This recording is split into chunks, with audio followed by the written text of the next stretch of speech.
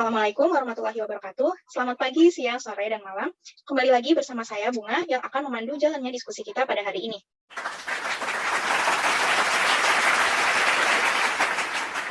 Baik, nampaknya sudah sangat antusias untuk berdiskusi ya.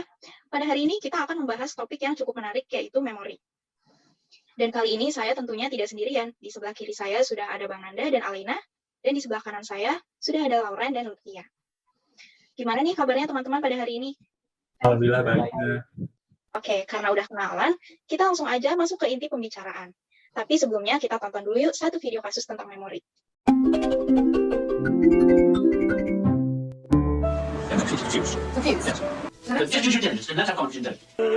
Clive has retained the ability to play music. Clive still suffers from profound amnesia, but his love for Deborah... Oke, menarik banget ya kasusnya. Sebelumnya boleh nih untuk para narasumber breakdown dulu, apa sih memori itu? Dan ada berapa macam sistem memori yang terdapat pada manusia? Oke, terima kasih Kak. Jadi saya akan membreakdown definisi memori terlebih dahulu. Apa sih memori itu? Memori itu adalah kemampuan untuk mengkode, menyimpan, mempertahankan, dan mengingat informasi atau pengalaman masa lalu pada otak manusia. Kemudian terdapat 3 macam atau sistem pada manusia, yaitu sensory memory, short term memory, dan yang terakhir long term memory, yang akan dijelaskan oleh teman-teman saya. Iya, baik. Terima kasih Bang Nanda atas breakdown definisi memorinya. Selanjutnya saya akan menjelaskan yang pertama yaitu memori sensoris. Jadi, dalam pemrosesan informasi, memori sensoris ini merupakan gudang sementara untuk informasi sensoris yang masuk sebelum nantinya dilanjutkan ke short term memory. Memori ini didapatkan melalui indera kita seperti melihat, mendengar, meraba, mencium, dan mengecap. Memori sensoris hanya dapat bertahan selama beberapa detik. Nah, agar memori sensoris ini dapat bertahan lama, maka dibutuhkan atensi atau perhatian. Contohnya ketika di kelas nih, terus ada dosen lagi nerangin. Nah, nanti indera kita akan menangkap informasi lalu disimpan di memori sensoris.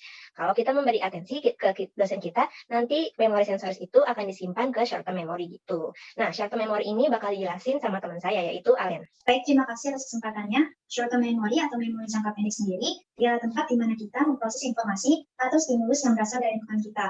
Jumlah informasi yang disimpan dalam memori jangka pendek relatif lebih kecil dibandingkan dengan jumlah informasi yang dapat disimpan memori jangka panjang. Dan di dalam memori jangka pendek ini, kita mentransformasikan serta menggunakan informasi yang didapatkan untuk menghasilkan respons atas suatu stimulus. Di memori jangka pendek ini, kita hanya mampu menyimpan informasi saat kira-kira sekitar 30 detik. Meskipun para ahli berpendapat, interval waktu maksimum dalam memori jangka pendek dapat meningkat menjadi beberapa menit dalam memproses beberapa tugas tertentu. Untuk long term memory atau memori jangka panjang akan dijelaskan oleh rekan saya, yaitu Lauren. Baik, terima kasih atas kesempatannya. Nah, untuk long term memory sendiri ini, yaitu suatu sistem yang terlibat dalam penyimpanan informasi jangka panjang yang kemampuannya itu tidak terbatas. Long term memory ini merupakan hasil dari pengulangan informasi memori jangka pendek, dan LTM ini sendiri dibagi menjadi 2, yaitu yang pertama eksplisit dan yang kedua implisit.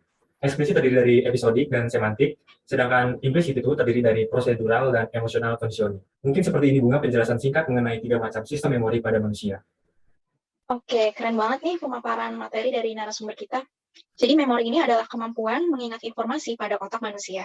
Dan terdiri dari 3 macam gitu ya. Mulai dari memori sensorik, short term memory, dan long term memory. Dan ternyata memori ini cukup kompleks. Sekarang kita langsung masuk aja ke segmen berpendapat tentang kasus Clive Waring. Adakah yang ingin volunteer menyampaikan pendapatnya terlebih dahulu? Oke, baik. Mungkin yang pertama saya terlebih dahulu, Bunga, dan nanti akan dilanjutkan oleh rekan saya lainnya. Memori kita kan terkadang tidak berfungsi sehingga menempatkan kita pada situasi tidak mampu mengingat informasi yang kita inginkan. Sebenarnya, kelupaan itu terjadi karena beberapa faktor. Salah satunya ketika informasi yang kita dapat tidak memasuki otak kita, melalui reseptor-reseptor sensorik. Akibatnya, ini karena terjadi sistem atensi. Lalu, tidak ada informasi yang kita ingat.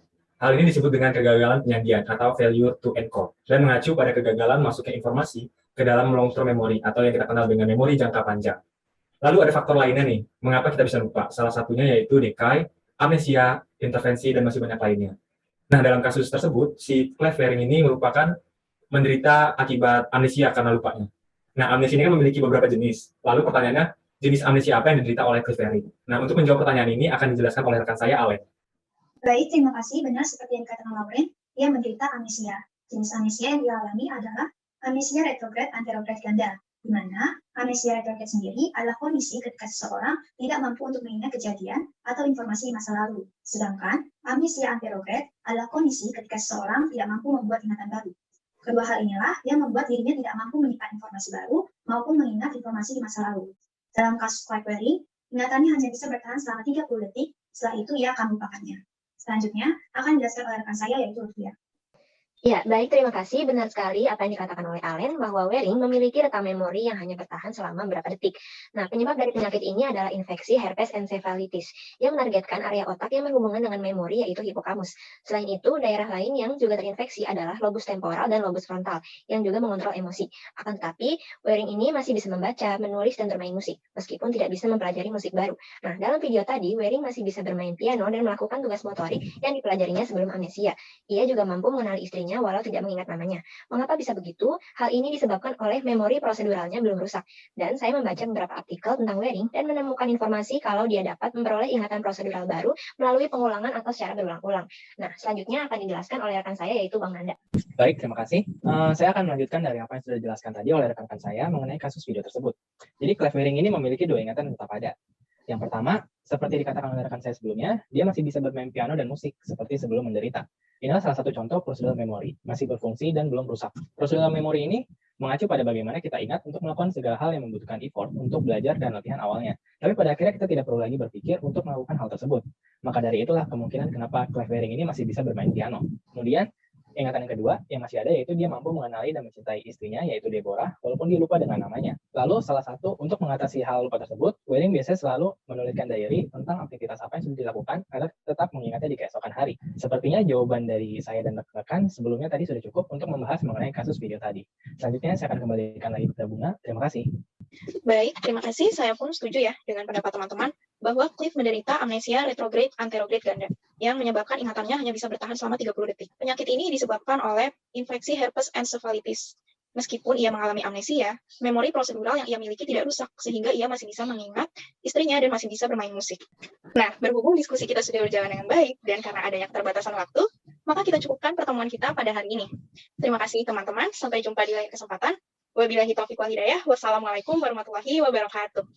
Waalaikumsalam.